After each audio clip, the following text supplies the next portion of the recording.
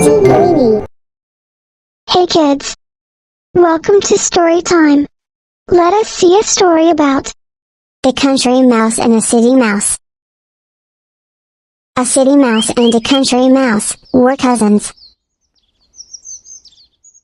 The country mouse was simple, and lived inside a cozy log, by the side of a sunflower field.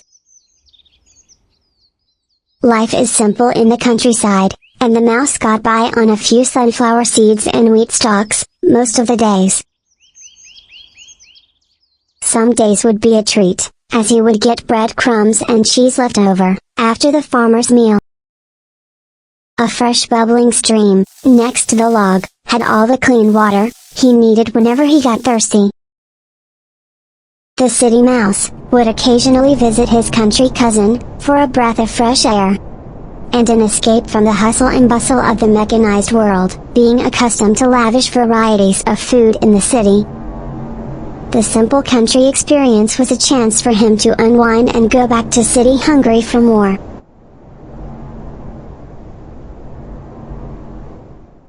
He always spoke about how much better life in the big city was compared to the country. Although the country was a peaceful place to live, he wouldn't give up the pleasures of his city, to settle for a laid-back life with little to do. He often remarked that he couldn't grasp why any mouse would want to live in the countryside, with so little and barely getting by.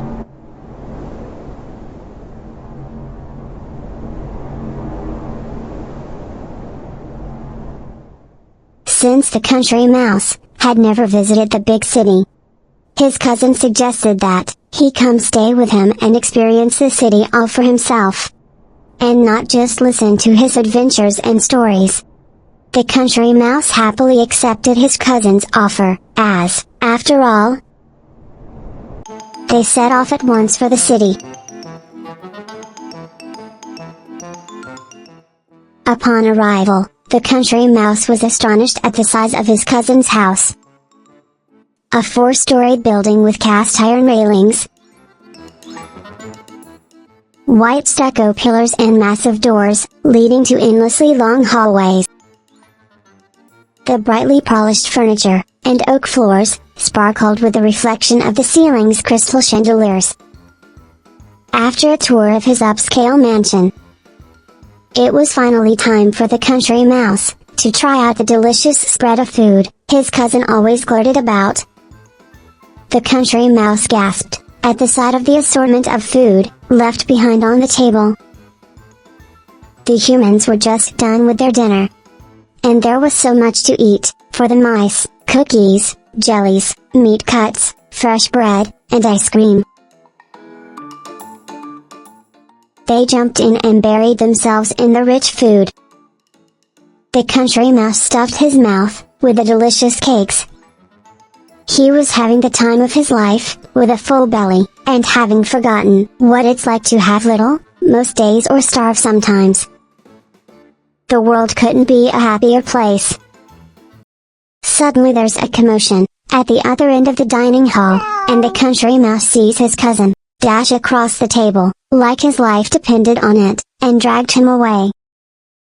He turns around, and to his horror, sees the biggest furriest cat he has ever laid eyes on in his life in pursuit. The overfed cat is also clumsy and fails to catch them at every corner and turn. At the same time, a mate steps in with a long broom and beats the floor, determined to squash them, with it barely missing the mice.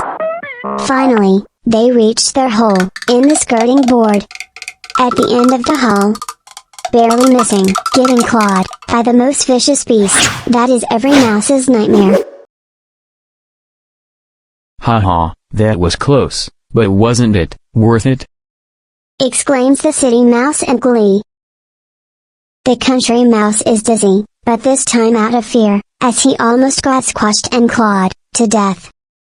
This isn't something a simple country mouse can live with every day, he thinks to himself, and leaves the city, having bid farewell to his cousin.